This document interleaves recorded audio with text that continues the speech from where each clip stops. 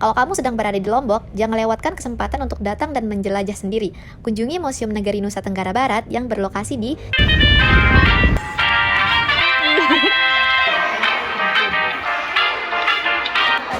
Halo, Assalamualaikum warahmatullahi wabarakatuh. Di sini kami akan mempromosikan terkait dengan Museum Nusa Tenggara Barat. Tetapi sebelum itu, izinkan kami memperkenalkan diri. Perkenalkan, nama saya sendiri Bunga Rizky Kayanti dengan NIM J1A02410005 dan di samping saya. Perkenalkan, saya Najwa Salsabila dengan NIM J1A02410024. Saya Elisa Dewi Pratiwi dengan NIM J1A024109. Saya Azrina Zahrani dengan NIM J1A024136. Saya Davina Zahra dengan NIM J1A02410043.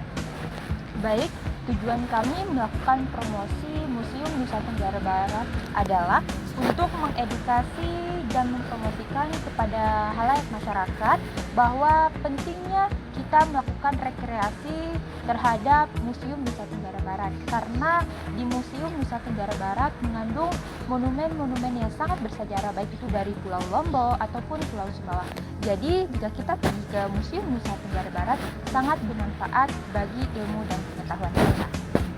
Mungkin itu saja yang dapat kami sampaikan dan selamat menonton. Hari ini, kami memulai perjalanan menuju salah satu tempat paling bersejarah di Nusa Tenggara Barat. Kami bersama-sama menelusuri museum tersebut dengan sukacita dan penuh semangat. Nah, akhirnya kita sampai di Museum Negeri NTB. Akhirnya, kita sampai di halaman depan dari Museum NTB. Hari ini, kelihatannya sangat ramai karena kami berkunjung di saat waktu libur atau weekend, sehingga pengunjungnya terlihat banyak. Nah, sebelum kami mengeksplor lebih lanjut tentang museum ini, kita diwajibkan membayar karcis sebesar 5.000 untuk orang dewasa dan 3.000 untuk anak-anak. Setelah kita membayar karcis, akhirnya kita bisa melihat-lihat museum ini. Di balik pintu-pintu museum ini, tersembunyi kisah panjang budaya, tradisi, dan sejarah masyarakat Lombok dan Sumbawa. Nah, di sini kami melihat peta dan bangun 3 dimensi dari gunung yang ada di Nusa Tenggara Barat, yaitu Gunung Tambora yang berada di daerah Sumbawa. Kami sangat antusias untuk melihat gambar serta penjelasan dari setiap miniatur gunung ini.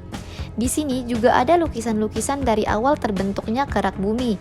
Wow, lukisan yang sangat menakjubkan, bukan? Selanjutnya, kami pergi ke tempat yang bisa kita bilang best seller ya, karena ada buaya yang diawetkan di sini. Dari keterangannya bahwa buaya ini dari 100 tahun yang lalu. Buaya ini ditangkap di Kabupaten Moyodompu karena sempat meresahkan penduduk di sekitar, sehingga dimonumenkan di sini. Nah, selanjutnya kami beralih lagi ke baju adat yang ada di Nusa Tenggara Barat, dimulai dari baju adat Bali, adat Bima, Sumbawa, dan Lombok. Sungguh baju adat ini mendeskripsikan tentang budaya dari masing-masing daerah di NTB. Kemudian, kami beralih ke senjata-senjata tradisional zaman dulu. Di sini ada banyak keris-keris atau bahkan benda-benda yang menjadi sejarah dari daerah masing-masing wilayah di NTB. Nah, berikutnya ini ada contoh bagaimana kehidupan nelayan yang ada di Nusa Tenggara Barat zaman dulu untuk mencari ikan sebagai mata pencaharian mereka. Sungguh patung yang hampir dibilang mirip dengan wajah asli manusia. Kami hampir mengira ini adalah manusia asli. Sungguh seni yang sangat luar biasa. Selanjutnya, kami beralih ke tenun khas yang ada di Nusa Tenggara Barat. Ada tenun dari Bima, Lombok, atau bahkan Sumbawa ada di sini.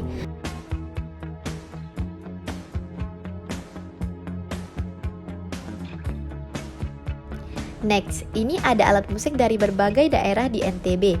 Ada gong, kendang, dan lainnya. Ada juga miniatur Candi Prambanan dan Candi Borobudur ditampilkan di sini. Ini merupakan tempat yang sangat indah untuk dijadikan tempat berkunjung dan destinasi sungguh sangat bermanfaat dan menyita perhatian Anda. Di sini, kami sempat sedikit mewawancarai Bu Yunita selaku salah satu pemandu yang ada di museum ini. Jadi kalau untuk Museum NTB sendiri, ini udah dirintis pendiriannya dari tahun 1976. Jadi kami mulai membangun gedung, terus mulai ngumpulin koleksi.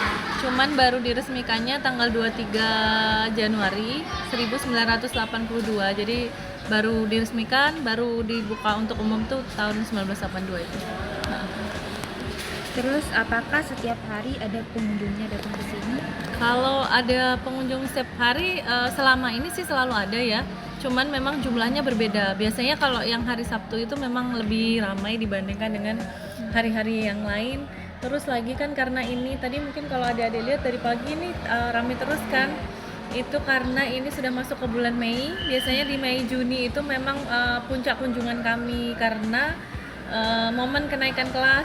Jadinya anak-anak SD yang mau ke SMP mau ke SMA itu banyak yang berkunjung ke museum ini. Sebagian besar sih yang dari luar kota Mataram malahan gitu. Kalau hari biasanya Senin sampai Jumat jam berapa Bu? Terus kalau weekend jam berapa mulai buka sampai tutup? Kalau kami itu kalau hari kerjanya Senin sampai Jumat itu dari jam 8 sampai dengan jam 4 sore. Cuman kalau hari Senin itu biasanya kami menerima kunjungan baru masuk ke ruang pameran itu sekitar jam setengah 10. Karena kalau hari Senin itu teman-teman di pengkajian itu sedang melakukan perawatan di dalam ruangan pameran. Jadi kalau terlalu pagi itu masih bau obat serangga gitu ya. Jadi biasanya setengah 10-an kalau Senin ya. Selebihnya jam 8 kita udah menerima kunjungan. Kemudian kalau di hari Sabtu dan Minggu, nah ini cuma setengah hari aja. Jadi kalau Sabtu tuh sama Minggu dari jam 8 sampai jam 1 siang aja. Nah, terus yang lain kalau kita hari libur nasional tutup, cuti bersama kita juga tutup ya. Baik Bu, terus terkait dengan apakah dominan pengunjung museum ini usia berapa biasanya? Kalau yang paling banyak sih kalau dari catatan kami adalah kunjungan siswa di rentang usia TK sampai dengan SD. Itu yang paling banyak kunjungan di antara tipe kunjungan dari umur-umur yang lainnya. Itu sih. Terus kan ini Bu, biasanya kalau kita sebelum masuk ini ada pembayaran 5.000. Pembayaran ini digunakan untuk apa? Nah, kalau untuk museum itu kan kalau dari sisi pengertiannya kan sebuah lembaga yang tidak menarik keuntungan, terbuka untuk umum, dan dalam pengembangannya dia mengumpulkan benda koleksi, kemudian meneliti dan memamerkan. Nah, kenapa kok kita dibebankan pengunjung kalau dibilang kita tidak mencari keuntungan? Karena kami ini kan di bawah pemerintah provinsi.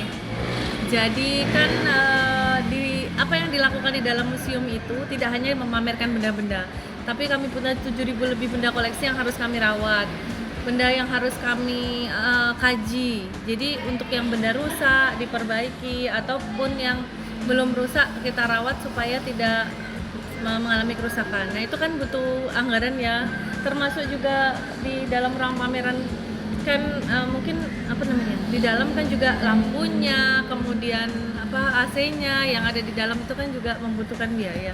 Kami ini selama ini disupport dari dana pemerintah daerah dan dana alokasi khusus dari pemerintah pusat. Nah uang ini tuh disetorkan ke Badan Pendapatan Asli Daerah ya. Jadi nanti disetor ke sana untuk menjadi pendapatan asli daerah Provinsi NTB ya. Nanti yang pemakaiannya ya untuk pembangunan di Provinsi NTB, termasuk juga memberikan kami fasilitas-fasilitas yang kami butuhkan untuk keberlangsungan Museum NTB ini sih gitu. Untuk pembersihan monumen-monumen bersejarah ini berapa kali Bu per minggu? Yang hari? Ini ya, jadi ada jadwalnya sih untuk teman-teman. Kita kan ada 7.700-an koleksi dan jadi itu ada jadwalnya. Kita kan memudahkannya dibagi ke dalam 10 jenis nih Dek. Ada koleksi geologi, biologi, etnografi, filologi. Nah itu teman-teman kajian tuh ada jadwalnya. Jadi kalau hari Selasa itu yang dibersihkan adalah benda-benda jenis koleksi apa, yang lokasinya di mana, itu jadwalnya ada di mereka ya. Jadi kalau maksudnya intinya kami punya jadwal tertentu untuk masing-masing benda koleksi itu. Cuman jadwalnya itu ada di teman-teman yang bagian pengkajian. Kalau kami di sini kan bagian pelayanan ya. Jadi Tugas kami memberikan informasi tentang koleksi ke pengunjung itu aja. Terus yang terakhir Bu, terkait dengan kan ada buaya tadi kan. Buaya muara. Itu asli atau dibuat? Buaya itu buaya asli ya, buaya beneran yang tapi udah diawetkan. Paling yang diganti itu dari proses pengawetannya adalah matanya karena nggak bisa nggak bisa diawetkan dengan sempurna. Makanya diganti dengan kelereng kalau tadi Adik lihat. Selebihnya semuanya masih asli. Paling di dalam perutnya yang udah kita keluarkan kan, semua isi perutnya dikeluarkan. Yang lainnya itu masih asli karena itu kami peroleh hibah dari Polda Nusa Tenggara Barat. Karena dia pernah menyerang warga dari sungai Amak lah ya namanya. Gimana sih pronunciasinya? Saya kan bukan orang sana ya. Intinya itu sungai yang ada di sana di Dompu itu sempat menyerang warga, kemudian ditangkap dari pihak kepolisian yang ada di Dompu, diserahkan ke Polda di sini. Dari Polda dihibahkan untuk jadi koleksi museum itu. Perjalanan kami ini bukan sekedar jalan-jalan, tapi pengalaman luar biasa yang memperkenalkan kami pada kekayaan budaya dan sejarah Nusa Tenggara Barat.